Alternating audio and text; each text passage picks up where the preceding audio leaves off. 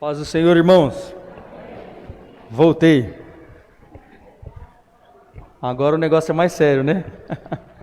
Vamos meditar em uma palavra da parte do Senhor que Ele tem colocado no nosso coração. Irmãos, quero, antes de iniciar a meditação na palavra, agradecer a Deus por essa oportunidade. Amém? Quero agradecer a Deus pela igreja que eu congrego, uma igreja que eu amo, e é uma honra para mim estar aqui hoje. E é dupla honra, né, irmãos? Porque depois de assistir uma homenagem como essa a um tio-avô meu, e ver aqui mais 3 tios-avós que estão aqui, eu me sinto honrado e com uma grande responsabilidade. Eu, que sou da 3ª geração deles, estou aqui hoje com a oportunidade de ser canal de Deus para falar de Deus para eles. É muita responsabilidade, né, irmãos? Mas isso também é honra para eles, saberem que Deus tem honrado eles na terra e que a geração futura deles tem permanecido ainda fiel e firme na presença de Deus. Cheio de defeitos, mas estamos de pé. Amém? Glórias a Deus. Irmãos, hoje nós vamos meditar em uma palavra muito especial. Eu quero que os irmãos abram comigo a Bíblia no Evangelho segundo escreveu Marcos, no capítulo 3 e no versículo 13.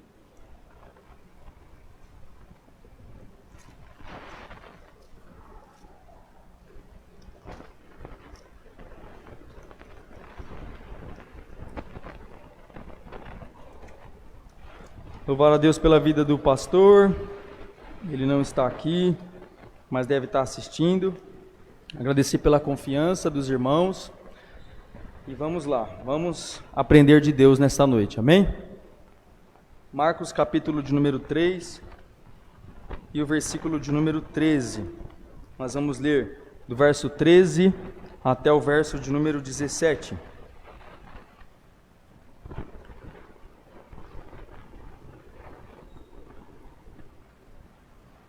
Diz assim: E subiu ao monte, e chamou para si os que ele quis, e vieram a ele, e nomeou 12 para que estivessem com ele, e os mandassem a pregar, e para que tivessem o poder de curar as enfermidades, e expulsar demônios. Simão, a quem pôs o nome Pedro, Tiago, filho de Zebedeu, João, irmão de Tiago, aos quais pôs o nome de Boanerges, que significa filhos do trovão, André, Filipe, Bartolomeu, Mateus, Tomé, Tiago, filho de Alfeu, Tadeu e Simão, o Zelote.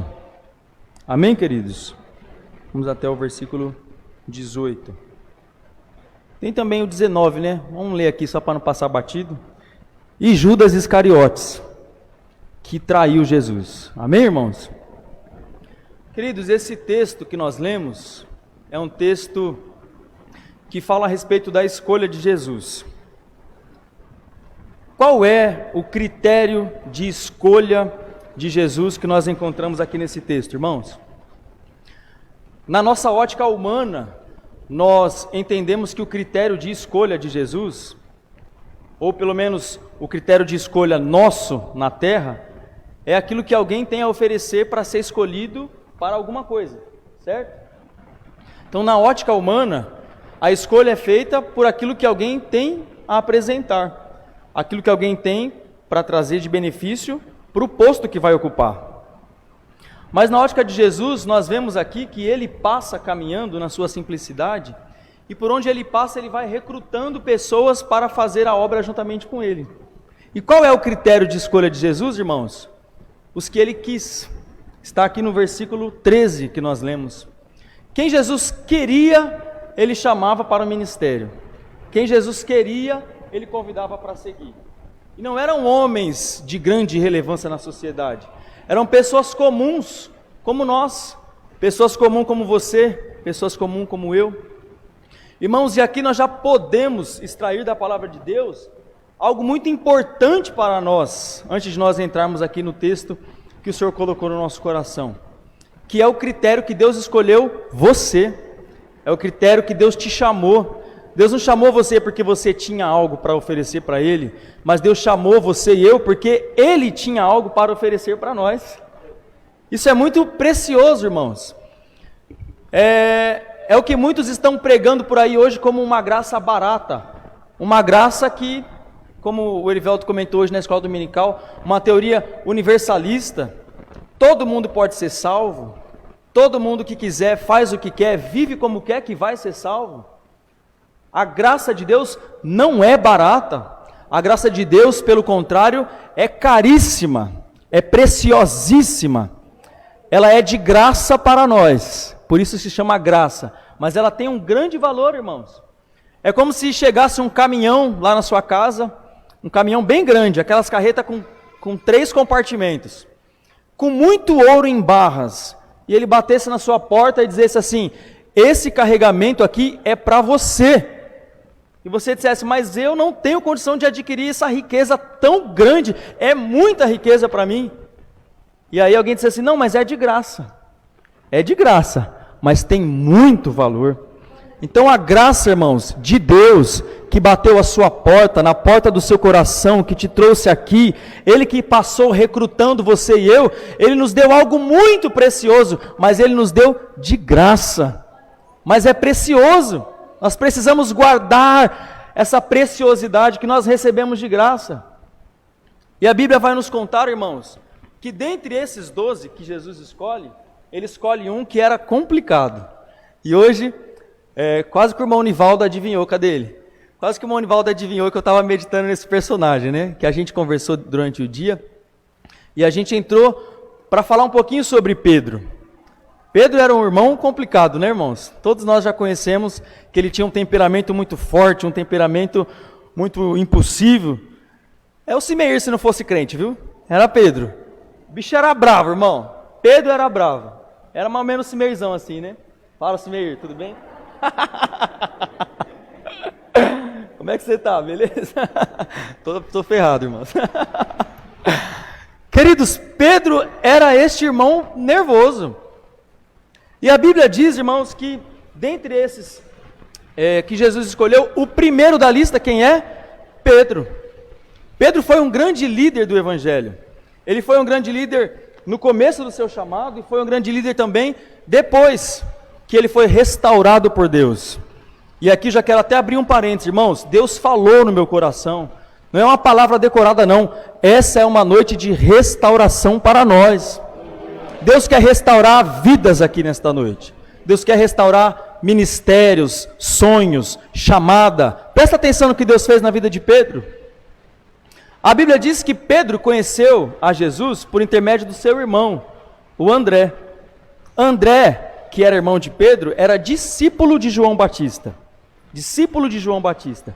João Batista estava ali às margens do Rio Jordão, preparando o caminho do Salvador, e André estava ali ao lado dele. Até que um dia, em uma das pregações, a Bíblia diz que Jesus se aproxima do Rio Jordão, e quando Jesus se aproxima, João Batista imediatamente cessa a sua pregação, aponta para o mestre e fala: eis aí o Cordeiro de Deus que tira o pecado do mundo. André, que não era bobo nem nada, irmãos, naquele momento já entendeu o recado. Quem eu devo seguir então, João Batista? Com todo respeito, muito obrigado. É Jesus. E André passa a seguir, deixa de seguir João Batista, deixa de ser um discípulo de João Batista e passa a ser um discípulo de Jesus. E nessa de ser discípulo de Jesus, ele que era irmão de Pedro, começou a falar de Jesus para Pedro. Pedro quem era, irmãos? Quem era este homem? Pedro era um homem casado que morava em Cafarnaum, um empresário de pesca. Pedro era sócio de Zebedeu, que era o pai dos grandes amigos de Jesus, Tiago e João. Zebedeu era um sócio de Pedro e os filhos de Zebedeu viviam lá trabalhando com Pedrão, na pesca. Era um cara matuto, irmãos, um cara iletrado, era um homem que não tinha muito a oferecer, a não ser aquilo que ele aprendeu como profissão desde a sua infância, que era pescar. Pedro sabia muito bem pescar. Isso é interessante, que Deus ele quer usar a gente naquilo que a gente já sabe fazer. Não precisa a gente ficar desesperado, achando assim, mas eu não sei fazer nada, o pouco que eu sei isso aqui, é no pouco que a gente sabe que Deus quer usar a gente. Pedro sabia fazer o quê? Pescar. Então Jesus, quando vai chamar ele olha para Pedro e fala, então Pedro, é pescar que você sabe, então agora você vai ser um pescador de homens. Jesus quer usar a gente naquilo que a gente já sabe, e o que a gente não souber, ele ensina, fica tranquilo, irmãos. Ele só quer que a gente segue ele. E aí, irmãos, André falou de Jesus para Pedro, e a Bíblia não fala, mas a tradição conta que Pedro começou a seguir Jesus, mas ele começou a seguir quando dava, começou a seguir Jesus na hora vaga, quando tinha um tempinho entre o seu trabalho e o seu trabalho, que Pedro parece que vivia só ali naquele barco trabalhando. A Bíblia nem menciona muito sobre a sua família, sobre sua esposa, porque parece que o cenário de Pedro era só a pesca. E aquilo que ele estava fazendo era pescar. Nas horas vagas, ele ia lá, onde é que Jesus está hoje? Acho que ele está pregando por ali, perto ali do Mar da Galileia, onde ele costumava pescar. Então Pedro vai lá, olha para Jesus um pouquinho, acompanha a distância, volta para a sua atividade. Até que um dia, irmãos, até então Pedro não tinha tido uma experiência singular, ímpar, pessoal com Jesus. E a Bíblia vai nos dizer um pouquinho para frente que Jesus estava pregando para uma grande multidão na beira do Mar da Galileia, esse mar que também é conhecido como Lago de Genezaré ou de Tiberíades, certo? Nivaldão foi lá, Zecão foi lá, é bonito lá? Então, vão imaginando aí que o Nivaldo falou que quando alguém prega e fala sobre Israel, ele fica imaginando, ele pode, né? Ele foi lá e o César ainda brincou. Falou assim que a Lena, quando a gente canta aquele hino assim, se eu pudesse, eu queria ir a... E passaram uns dias em Jerusalém. Aí ela fala, eu já passei uns dias lá em Jerusalém, graças a Deus. Nesse lago aí, o Pedrão, que apenas acompanhava Jesus de longe, irmãos, nesse dia ele estava voltando de uma pesca que ele havia tentado fazer, porque a Bíblia relata que ele voltou da pesca e não tinha pegado um peixe sequer. E Jesus está ali, às beiras daquele lago de água doce. Aquele lago tem, irmãos, é um lago, é conhecido como Mar da Galileia, mas é um lago de água doce, tem 19 quilômetros de comprimento, 13 quilômetros de largura, 40 metros de profundidade e fica 200 metros abaixo do nível do mar. E é um lago cheio de vida. Nivaldão até comentou uma coisa hoje que eu já estava até meditando, irmãos. É um lago que até hoje jorra peixe, depois que Jesus fez a pesca maravilhosa ali naquele lugar. Até hoje jorra peixe, um lago que há mais de 2000 anos, até hoje tem alguém lá, agora tem alguém lá pescando e está saindo peixe até hoje. Que coisa maravilhosa, né, irmãos? É o maior lago de Israel. E Jesus está pregando nas margens deste lago. Ele está fazendo a sua obra, cumprindo o seu chamado. No pouco tempo que lhe restava, Jesus estava recrutando pessoas, anunciando a tão preciosa salvação que nós haveríamos de receber dele, quando de repente Jesus começa a ser apertado pela multidão, que era muito grande naquele lugar. Ele olha para o mar, que na verdade é um lago, e vê dois barquinhos. Um dos barquinhos, presta atenção, viu, irmão, não dorme não. Um dos barquinhos era o barquinho de Pedro. Que recrutamento glorioso Jesus fez ali naquele lugar. Jesus vai caminhando em direção àquele barquinho. Eu queria um microfone que eu andasse, que eu gosto de andar, né? Vocês sabem, né? Jesus vai caminhando em direção àquele barquinho e sobe no barquinho de Pedro e pede para Pedro, afasta um pouquinho só o barco para eu falar com a multidão. Pedro obedeceu, já sabia que Jesus era um mestre, já acompanhava o seu ministério, porém à distância, não tinha nada muito pessoal ainda com Jesus. Ele afastou o barco porque Jesus usava o espelho d'água para que a sua voz chegasse de uma forma maior a mais pessoas ali na beira do... Aí, ó, Jesus te usou, irmão. Glória a Deus. Amém? Então Jesus começa a pregar para a multidão no barquinho de Pedro. Mas Pedro, irmãos, está no barquinho, mas ele está triste. Por quê? Porque ele estava voltando de uma pesca infrutífera. Pedro trabalhou a noite inteira e não tinha pescado nada. E Jesus, na verdade, ele não queria fazer um milagre apenas financeiro na vida de Pedro. Jesus não estava nem um pouco preocupado com aquilo que ele ia fazer com relação ao peixe em si. Jesus queria o coração de Pedro. Jesus estava interessado em Pedro. Jesus estava interessado em que Pedro entendesse quem ele era agora de perto, e não a distância como ele estava vivendo. Jesus já sabia quem seria Pedro no ministério. E aí, irmãos, a Bíblia diz que depois que ele termina de pregar, depois que Jesus termina de falar para a multidão, ele volta, despede a multidão, aqueles que ele podia, e fala para Pedro: Pedro, agora pega o barco e vamos voltar lá para onde você estava pescando e não pescou nada. E aí Pedro obedece, chega lá, Jesus fala: agora lança a rede, Pedro, para o outro lado. Pedro talvez nem percebeu, mas ele já estava tendo uma experiência ali com Jesus. Jesus já estava perto dele. Imagina só que privilégio. Jesus já estava no barco dele, ele nem estava percebendo, irmãos. Jesus já está no barco e às vezes a gente nem está vendo, nem está percebendo. E aí Pedro, que ele não tinha um ego muito pequeno, né, irmãos? O ego de Pedro não era pequeno, era um ego grande. Pedro, ele questiona Jesus. Ele fala: Senhor, mas eu já pesquei a noite inteira. De pesca, com todo respeito, quem entende aqui sou eu. O Senhor entende de pregar aí o evangelho, falar da Bíblia, esses negócios. Que Pedro não entendia de nada. Mas de pesca eu entendo. Eu já pesquei a noite inteira. E todo mundo sabe que pescar, o melhor horário é de noite, não é de dia não. Senão nós não pescava de noite. E Jesus olha para Pedro, Pedro olha para Jesus, parece que a fé entra no coração dele. Ele olha para Jesus de novo e fala: porém sobre a tua palavra lançarei a rede. Pedro vai, lança a rede no mar, irmãos, e a Bíblia diz que as redes se enchem de tanto peixe, que as redes começam a quebrar, começam a se romper, a bênção começa a transbordar, que não cabe mais no barco, o barco começa a querer afundar. Aí eles pedem ajuda, precisou pedir ajuda para o barquinho que estava ancorado, aquele outro, o segundo.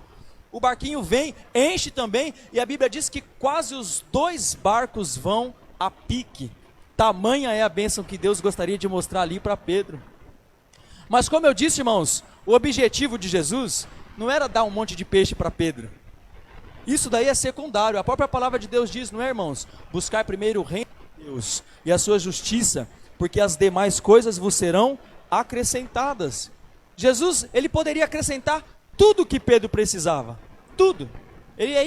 Jesus é ilimitado, o nosso Deus é ilimitado, não há impossível para ele, não há doença para ele que ele não cure, não há casamento que ele não restaure, não há sonhos que ele não ressuscite em alguém, não há pessoa que ele não levante, não há nada que o nosso Deus não possa fazer. Jesus não estava preocupado com isso não, o que ele queria, a mira de Jesus era o coração de Pedro. Ele queria mostrar para Pedro que ele era o dono do mar, que ele era o dono da natureza, que ele manda e o que ele manda tem que obedecer. A natureza tem que obedecer. Tem uma coisa muito curiosa, irmãos. Será que tinha peixe naquele lago naquele dia? Será que tinha? Ou será que na voz do Criador os peixes se criaram e foram endereçados àquela rede naquela noite, irmãos? Não sei. Eu sei que se não tivesse, mas porque ele falou, os peixes nasceriam naquela hora e iam caminhando, nadando ali em direção àquela rede, até ela estourar, porque era o Criador que estava no barco. Jesus era o Criador dos céus e a terra no barco, ali conversando com um homem chamado Pedro. Amém, queridos? Pedro foi este homem. E a Bíblia diz, irmãos, que um pouco mais tarde, nas beiras do monte chamado Hermon, depois desse milagre, que nesse milagre Pedro passa a ter um relacionamento muito singular, muito especial e muito próximo com Cristo, tanto que na hora que Jesus faz o milagre, ele reconhece a condição de pecador que ele tinha naquele momento, que é o que Jesus queria, mostrar que ele era o Deus para salvar pecado, e não Deus para dar peixe. Irmãos, Deus primeiro quer tratar da sua alma, para depois tratar daquilo que você precisa na vida secular, na vida material. Se a nossa alma for bem, queridos, fique tranquilo, Deus vai cuidar de tudo, viu? Ele cuida. A Bíblia diz que quando Pedro viu aquilo, irmãos, antes da gente ir aqui para a segunda parte, ele se ajoelha na proa daquele barco e fala para Jesus: Senhor, se afasta de mim, vai para longe de mim, Não dá para continuar perto de ti. Eu sou um pecador. Eu sou um homem de muitos pecados, de muitos defeitos. Eu não sou digno de estar próximo de ti. E Jesus naquele momento olha para Pedro e diz aquela frase que eu disse no começo: fique tranquilo, Pedro, a partir de hoje, se você me seguir, eu vou fazer de você um pescador de homem. E Pedro vai. A Bíblia diz que ele largou tudo e foi seguir Jesus. Vou repetir: Pedro largou tudo e foi seguir Jesus. Será que esse encontro foi precioso? Será que nós, se nós tivéssemos um encontro tão próximo com o nosso Deus, nós estaríamos preparados para um encontro tão próximo, tão impactante como o que Pedro viveu, para largar tudo e seguir Jesus? Nós somos crentes, irmãos? Se Jesus falasse, refalasse e confirmasse: larga tudo e vai para uma terra que eu vou te mostrar. Você é crente preparado para viver isso, irmãos? Nós estamos preparados para fazer aquilo que Jesus quer de nós? Isso é muito sério, irmãos, porque nós costumamos viver um evangelho no campo das ideias, irmãos. Um evangelho muito no campo das palavras, no campo da beleza, da eloquência das palavras. Mas nós não estamos, muitas vezes, dispostos a viver o evangelho prático. O evangelho que sai das quatro paredes. O evangelho que nos constrange lá fora. Que nos faz ter relacionamentos com pessoas que não são crentes, por exemplo. E falar de Deus para ela. E caminhar uma milha com ela. Nós não estamos prontos, muitas vezes, para abrir mão daquilo que nos custa pelo evangelho. Tem aqui um irmão muito amigo meu, que é o irmão Fábio.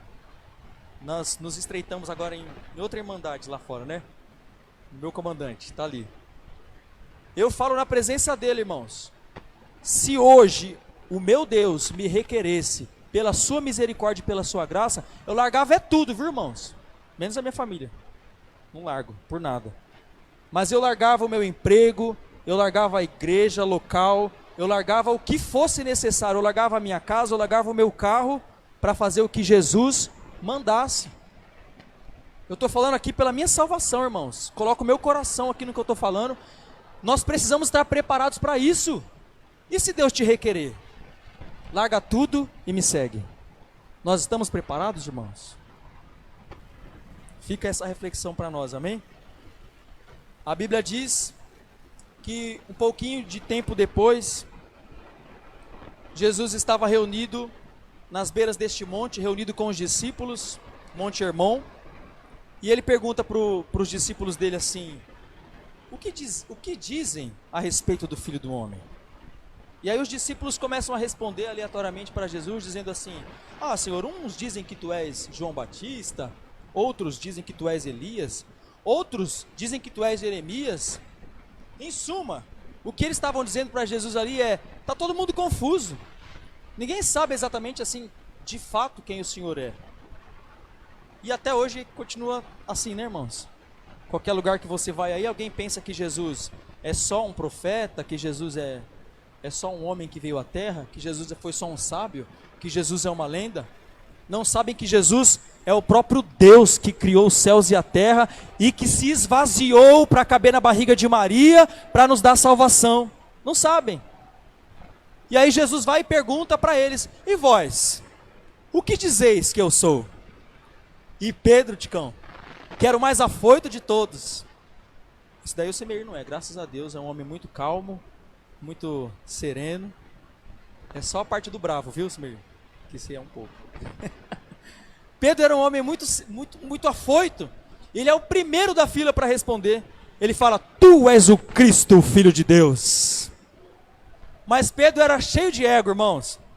Eu tenho certeza, pelo contexto e analisando a tradição, que Pedro esperou naquele momento ali um elogio de Jesus. Ninguém sabe, mas eu sei.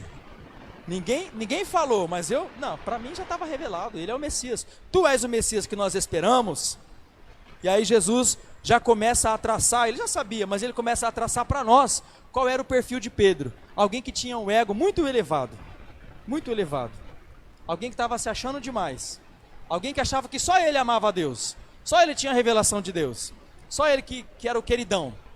E aí Jesus olha para Pedro e já dá uma no baço dele e fala: muito bem, Simão Barjonas, não saberia isso se o meu Pai que está no céu não te tivesse revelado.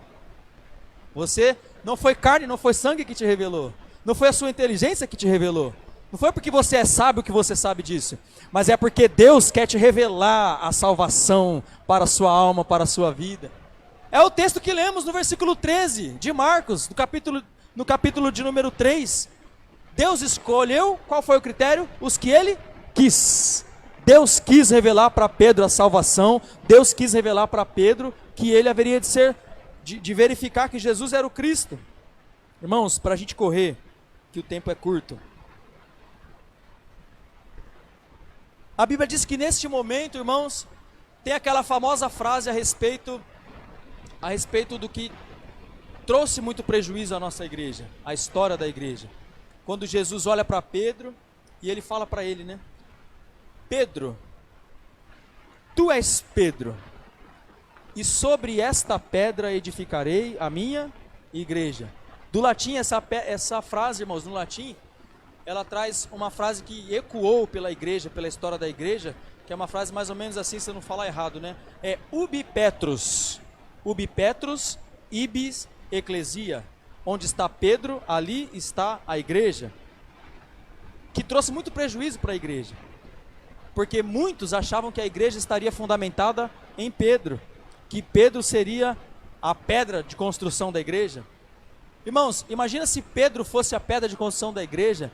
Eu vou correr mesmo, não vou conseguir seguir ali o meu roteiro de conclusão, mas imagine se Pedro, ele fosse realmente a pedra sobre a qual a igreja estava edificada. Nós já teríamos afundado, irmãos. Nós já teríamos afundado com ele naquele dia em que Cristo está com eles no barco, na tempestade, nesse mesmo mar, no mar da Galileia, e a tempestade começa a chicotear o barco de um lado para o outro. De repente eles olham um pouco avante e veem uma imagem de alguém que está chegando ali, e quando eles observam ali com mais cautela, um começa a gritar e ter medo, um dos apóstolos dizendo assim: eis ali tem um fantasma vindo sobre as águas. E aí outros olham também e falam: será que, eu não sei, se fosse nos dias de hoje iam achar que é Iemanjá, né? Caminhando em cima da água lá, de tanto medo que eles sentiram. E alguém olha e fala: não, eu acho que é Jesus. Quem está vindo ali é Jesus. Quem está vindo ali é o Mestre. E Pedro, irmãos, que tem o lado bom e o lado ruim, né? Dessa vida de impulsividade que ele levava. Quando ele olha e percebe que é Jesus, ele só pede uma confirmação: Jesus, se és tu, pede que eu vá ter contigo. E Jesus olha para ele e fala: então vem, Pedro. Eu imagino que Pedro deve ter pensado duas vezes, pulou ali já, e quando ele pulou, acho que ele se equilibrou, viu que tinha chão, começou a andar, e a Bíblia diz que o vento começou a soprar. Eu vou repetir: só o vento normal começou a soprar. E quando Pedro estava olhando para Jesus, olhou para o lado e viu o vento soprando, que ele balançou um pouquinho, a Bíblia diz que ele sentiu medo. Pedro sentiu muito medo. E quando ele sente medo, a sua fé fraqueja, ele começa a afundar. E quando a água está subindo, está quase no peito, ele grita: Jesus, salva-me. Já imaginou se a igreja tivesse edificada sobre Pedro? Já pensou se ele fosse a pedra sobre a qual nós estivéssemos firmados? Sobre um homem? Nós já teríamos afundado com ele naquele dia. Mas a Bíblia vai nos dizer, irmãos, e a interpretação para isso é que Petros significa fragmento de pedra, fragmento de rocha. E Pedro era só isso, um fragmento, um pedacinho da rocha, um restinho da rocha ali. Mas a rocha verdadeira, a pedra de esquina, a rocha eterna, a pedra angular, a rocha sobre qual a igreja está firmada e nunca se abalará, era Cristo. Os irmãos já sabem disso, talvez alguém não ouviu falar, então eu vou só repetir. A pura verdade é que quando Jesus olha para Pedro e diz isso, ele fala: Simão, és Petros, tu és um fragmento de rocha. Tu és um fragmento de rocha. E o texto diz, os irmãos podem até ler: e sobre esta, e não sobre essa, sobre esta rocha, sobre esta Petra, diz no original, no grego, edificarei a minha igreja.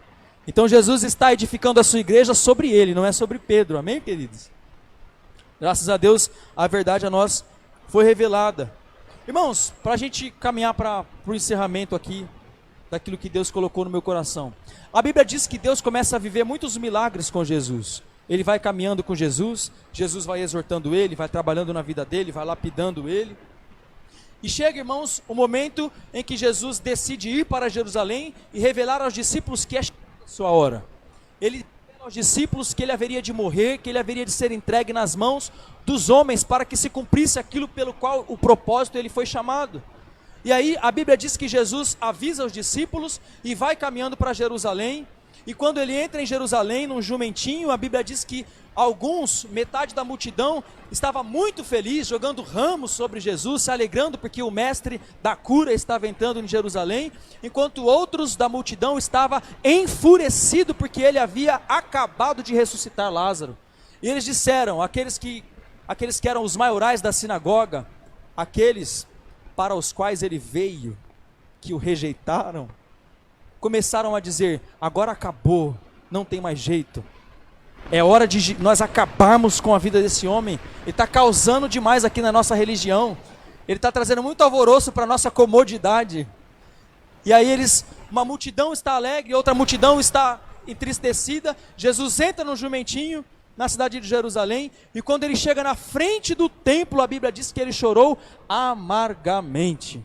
Jesus chorou amargamente, por aquilo que ele sabia que aquele povo, Jesus naquele momento, ele lembrou daquilo que ainda iria acontecer com aquele povo, com o povo de Israel, porque eles estavam rejeitando a Jesus.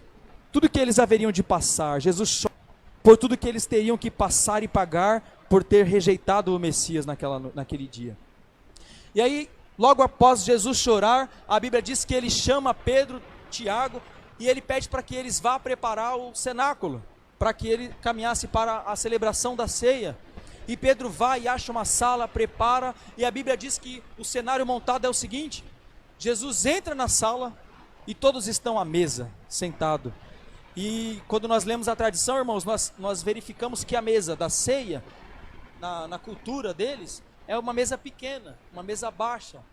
E eles se sentavam no chão. Geralmente um sentava com a perna cruzada assim, outro com a perna jogada para lá. E a região lá, como que é lá, Helena? Tem muito pó lá ou não? É muito seco, tem muito pó, todo mundo vive com o pé muito sujo. Lu também foi lá, né, Lu? Então, todo mundo sempre está com o pé sujo. Então a tradição naquele lugar era o seguinte: vamos comer? Vamos. Então cadê o servo? Cadê o escravo?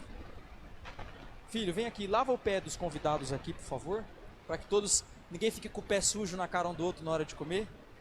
E aí vinha o escravo, jogava a toalhinha nos ombros, pegava a bacia de água e lavava os pés dos convidados.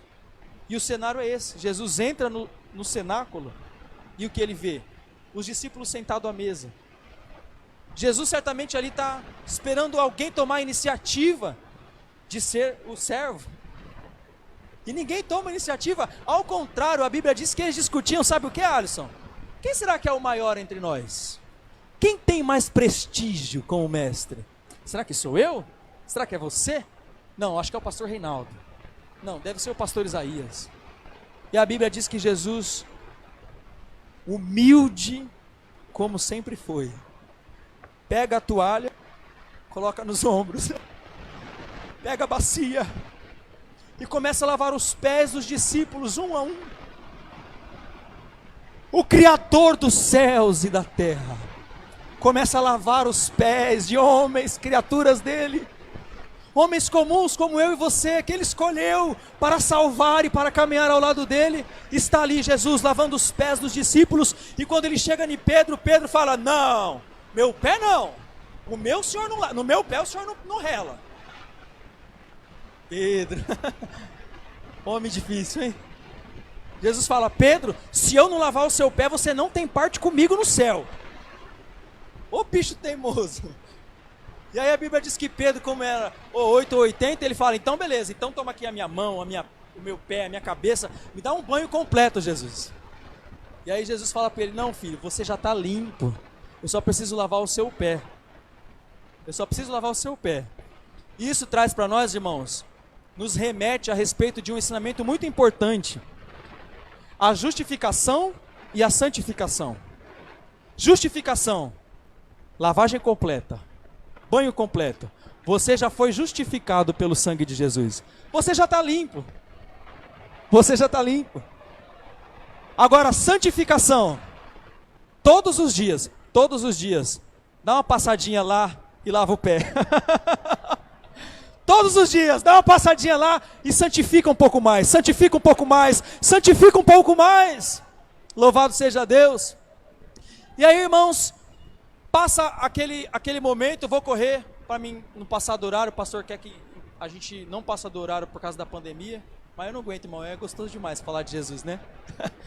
E aí, irmãos, o que acontece? Acabou aquele momento, Jesus chama os discípulos para orar com ele. Estou pulando umas etapas aqui só para a gente ganhar tempo. E ele vai para onde? Para o Getsemane, prensa de azeite. Lugar onde ele seria prensado. Lugar onde ele seria apertado, irmãos.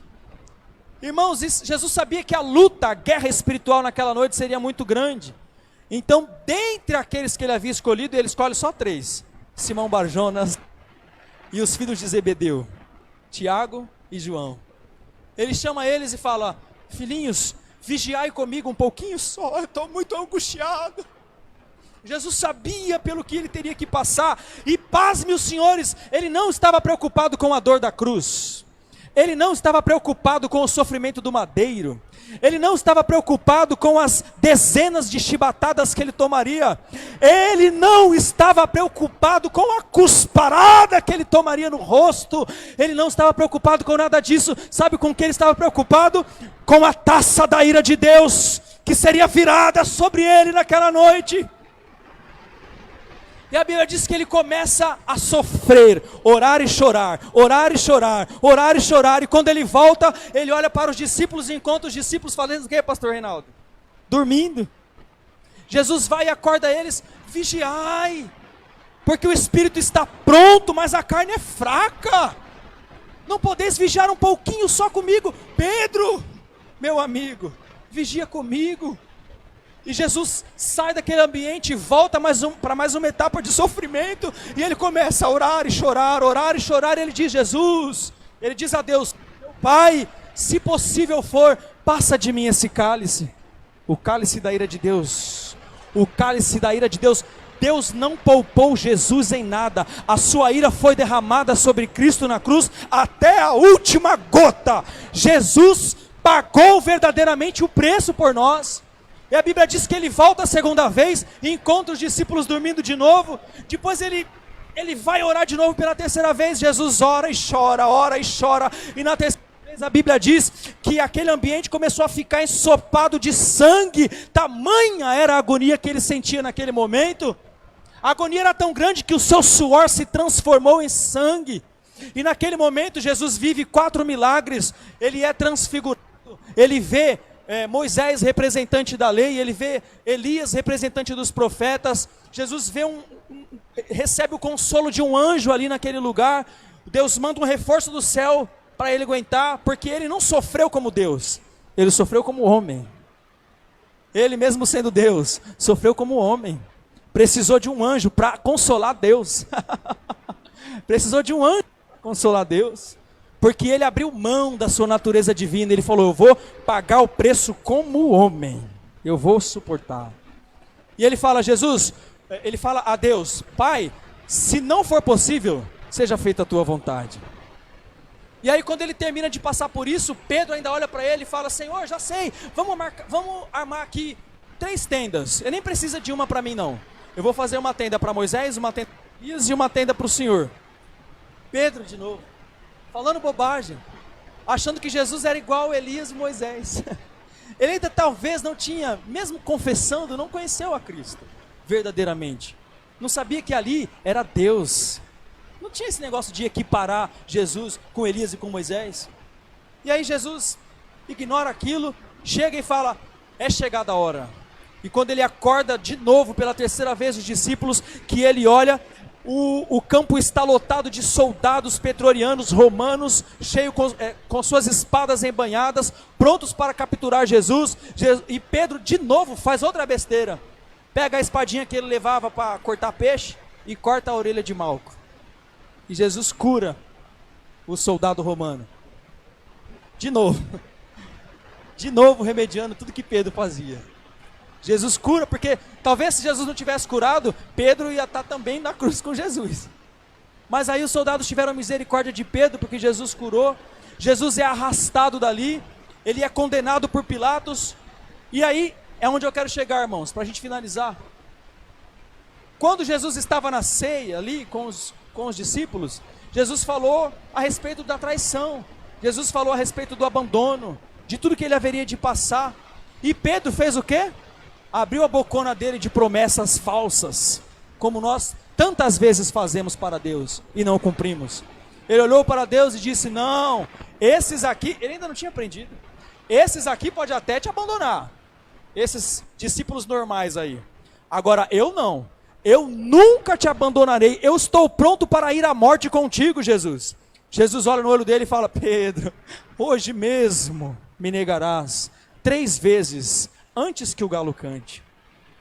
E Pedro: não, eu não. E aí a Bíblia diz que quando Jesus é levado, Pedro começa a sair pelo cantinho, Pedro começa a ficar com medo, Pedro começa a ficar apavorado, e ele vai para onde? Ele vai para um lugar onde tinha um braseiro, uma fogueira acesa, e naquela fogueira ele começa a se esquentar, meio escondido, e a Bíblia diz que passa uma criada, olha para Pedro e fala: ei, Galileu, você é um deles. E Jesus está sendo levado, condenado por Pilatos para ser crucificado na cruz. Pedro olha para aquela mulher e responde para ela: você está louca, hein? Eu não conheço esse homem, hein? Para por aí, não me compara com esse homem não. Pedro não estava mais nem lembrando de tudo que ele havia prometido para Jesus. Quantas vezes nós prometemos tanta coisa para Jesus, em hinos, em louvores, em orações, e aonde a coisa aperta nós não conseguimos cumprir. Não tem problema não, você e eu somos como Pedro, carentes da graça de Deus, falhos, pecadores, fica tranquilo, Jesus entende a sua fraqueza, viu? Jesus entende a sua fraqueza, Jesus entende que você é medroso, e eu sou medroso também. E aí a Bíblia diz que passa outro e fala assim: não, você é sim um deles, você andava com eles, você se veste como ele, você fala como ele. E a Bíblia diz que Pedro de novo ela fala e diz: eu já falei que eu não conheço esse homem, vocês estão me confundindo, eu nunca estive com ele, que tal de Jesus o quê? Para lá, rapaz, eu estou de boa. E aí a Bíblia diz que pela 3ª vez alguém pergunta, e ele começa a falar palavrões, a esbravejar, a blasfemar, a xingar,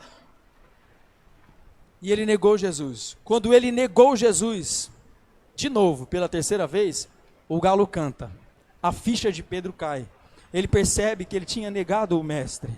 E a Bíblia diz, irmãos, que Jesus fitou os olhos em Pedro.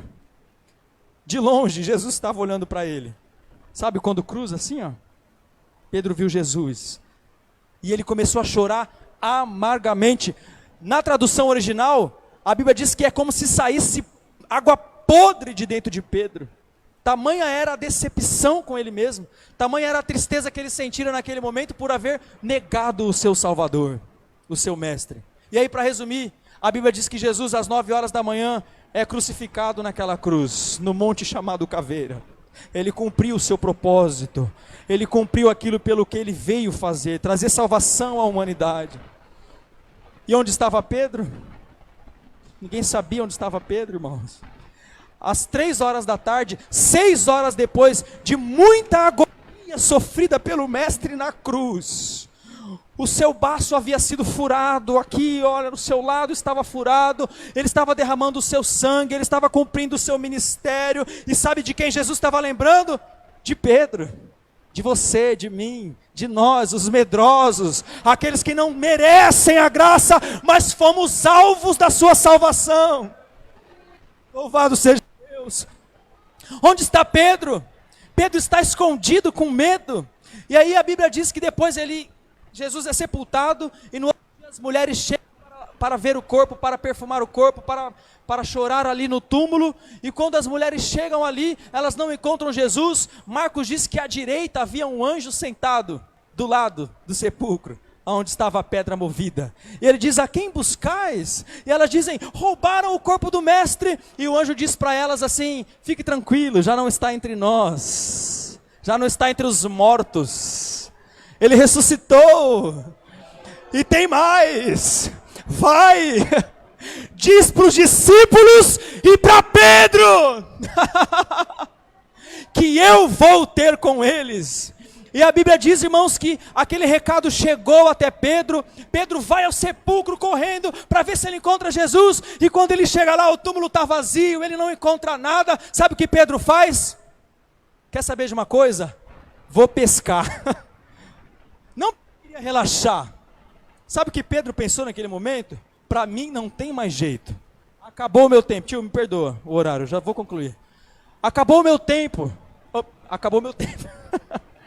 Pedro fala assim: acabou o meu ministério, não tem mais solução para mim, não tem mais jeito para mim. Sabe o que Pedro queria, irmão Eliezer? Voltar para a vida dele. Ele desistiu, ele falou: não tem perdão para mim, o que eu fiz é imperdoável, eu neguei a Cristo. Pedro está com medo, Pedro está confuso, ele volta para o mar da Galileia, e quando ele fala vou pescar, como ele era um líder, a Bíblia diz que os discípulos que estavam com ele no túmulo falam: nós vamos também então. Se não tem jeito para Pedro, não tem jeito para nós também não. Se não tem jeito para o líder, não tem jeito para nós também não. Sabe por quê, queridos, que acontece isso? Acontece isso porque quando um líder está desmotivado, ele pode carregar uma multidão com ele. É por isso que nós temos que orar pelos nossos líderes. Orar pelo pastor, orar pelo obreiro, orar pelo líder dos jovens, pelo líder das irmãs, orar. Nós temos que orar, irmãos. Porque se um líder desmotiva, ele vai desmotivando outros também. Amém? E aí Pedro voltou para pregar, para pescar. E aí a Bíblia diz que ele vai de novo, pesca de novo, e não pega nada de novo. Não pega nada de novo. Mesmo cenário, mesmo lugar, Pedro está ali, de novo, na vida dele antiga. Sem Jesus, desanimado, achando que não tinha mais jeito para ele. Enquanto ele está ali com aqueles discípulos pescando, a Bíblia diz que lá das beiradas, das fraldas do mar da Galileia, do lago de Tiberíade, uma voz gritou: filhos! Não deveria ser malditos traidores! Não, ele grita: filhos! Tem algo de comer aí? E eles gritam: não tem nada, nós não pegamos nada. Mesmo cenário em que Jesus levantou, está o homem caído agora. Mesmo cenário em que Jesus levantou, está o homem caído agora. E eles olham: filhos, não tem nada mesmo. E aí a Bíblia diz que um deles falou assim: parece que é o mestre, eu acho que é Jesus. Quando Pedro escuta isso, o amor que ele sentia pelo mestre, apesar das suas imperfeições, era tão lindo e tão grande, que a Bíblia diz que os discípulos começam a pegar os remos para voltar para o barco. Pedro não aguenta, ele pula no mar. Talvez ele achou que ia andar de novo, mas ele não se importa com isso. Ele sai nadando de braçada, 200 côvados, aproximadamente 100 metros de água no mar. Ele vai nadando, vai nadando, vai nadando, e quando ele chega, Jesus abraça ele de novo e diz: Pedro, meu filho, nada mudou. É como o filho pródigo: nada mudou, meu filho. Lembra que quando Pedro negou Jesus, ele estava na beirada de um braseiro? Lembra, irmãos, que eu falei isso aqui? Amém? Se esquentando na fogueira? A Bíblia, a Bíblia só menciona braseiro 2 vezes, quando Pedro nega Jesus e agora, sabe por quê? Quando Pedro vem para a beira da praia, a Bíblia diz que Jesus tinha preparado para ele um braseiro e estava assando para ele pão e peixe. Tinha alimento ainda para dar para ele.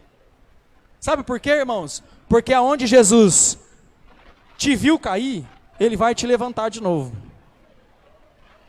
Eu disse que aonde Jesus te viu cair, ele vai te levantar de novo. O diabo sabe disso, viu? Tem coisa que o diabo tenta colocar na sua mente para você associar uma coisa a outra.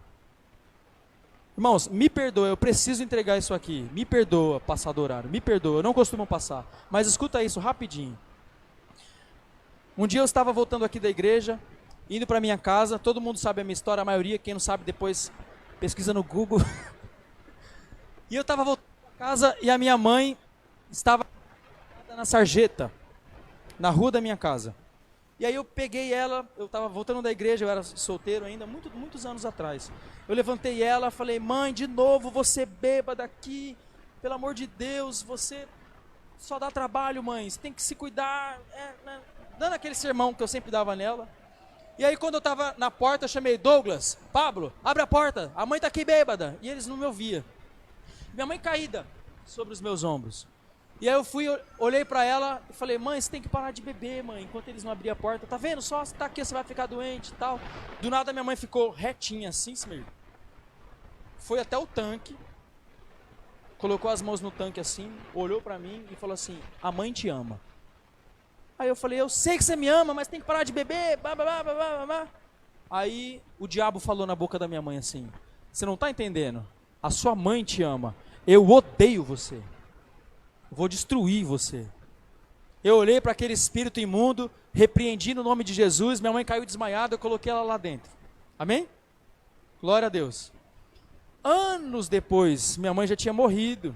Foi morar na mesma casa uma tia minha, irmã da minha mãe. Orem por ela. Irmã Claudenice. Desviada do evangelho até hoje. Minha tia estava morando ali com 2 filhas dela. Mesmo cenário. Cenário que o inimigo sabe dessa técnica que Deus tem conosco, de nos fazer esquecer do tempo da tristeza, e ele tenta fazer a gente viver de novo a tristeza. Mesmo lugar, mesmo ambiente. Peguei a minha tia, joguei no ombro e chamei na mesma porta. Falei: Letícia, Isabela, abre aqui, sua mãe tá bêbada, ó, tá na rua, tá chovendo, abre a porta. Quando de repente minha tia olhou bem firme nos meus olhos, eu já: eita. Ela olhou para mim nos meus olhos e falou assim: a tia te ama. Eu já entendi que o inimigo que estava na minha mãe agora estava na vida dela. Estava escravizando ela. Sabe o que o diabo falou para mim na boca dela? Foi até o tanque, colocou as mãos no tanque, com a mesma cena, olhou para mim e disse assim: você não quer lembrar? O diabo estava dizendo para mim: você não quer lembrar que eu escravizei a sua mãe? Você não quer lembrar que eu estou dominando a sua família? Você não quer lembrar que eu estou cirandando aqui e você, mesmo sendo crente, não está tendo poder para me vencer? Você não quer lembrar? É isso que ele queria fazer. Mas no mesmo lugar, o nome de Jesus triunfou de novo. O poder de Jesus triunfou de novo. E ali eu disse assim, ó: a minha tia eu amo, mas você já sei quem é. E sai dela também no nome de Jesus. Ele teve que abaixar a orelha, porque diante do nome de Jesus, não tem diabo que resiste. Não tem vida difícil que resista. E Jesus faz justamente isso com Pedro. Ele resgata Pedro, irmãos, do mesmo modo que ele caiu, no mesmo lugar que ele pecou, da mesma maneira que a sua mente estava lembrando ali do braseiro. Quando Pedro olha para o braseiro, lembra: num braseiro eu neguei Jesus, mas num braseiro Jesus me levantou de novo e me restaurou para a sua glória. Esta é uma noite de restauração para mim e para você.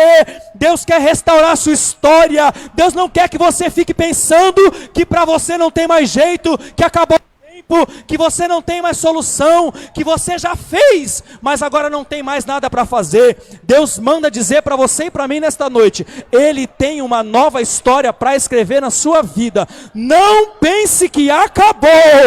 Ele vai fazer de novo. E tem mais: a glória da segunda casa vai ser maior do que a da primeira. Aonde abundou o pecado, superabundou a graça de Deus. Louvado seja Deus. Vou louvar ao Senhor com um hino. Como que começa assim? Fique de pé, irmãos, para a gente terminar. Antes de falar, tu cantavas sobre.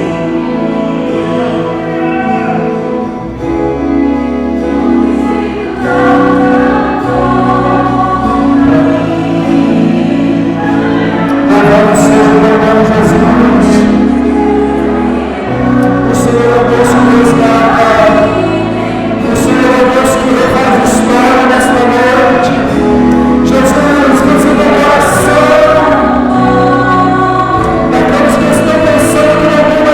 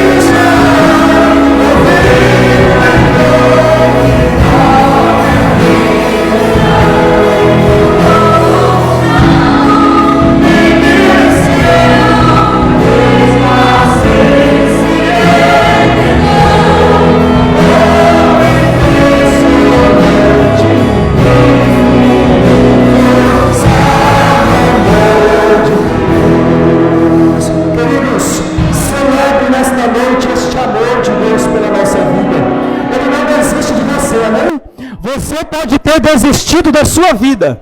Você desistiu de si mesmo, como Pedro fez. Você pensa que é impossível, mas Deus está à margem do lago dizendo: filho, vem para pertinho de mim. Eu tenho pão, eu tenho peixe, eu tenho nova história para escrever para você. E fique com esta palavra, queridos. Eu peço perdão pelo horário, no nome de Jesus. Amém. Louvado seja Deus. Aleluia, Jesus. Glória a Jesus. Irmão Carlos é o nosso professor de teologia.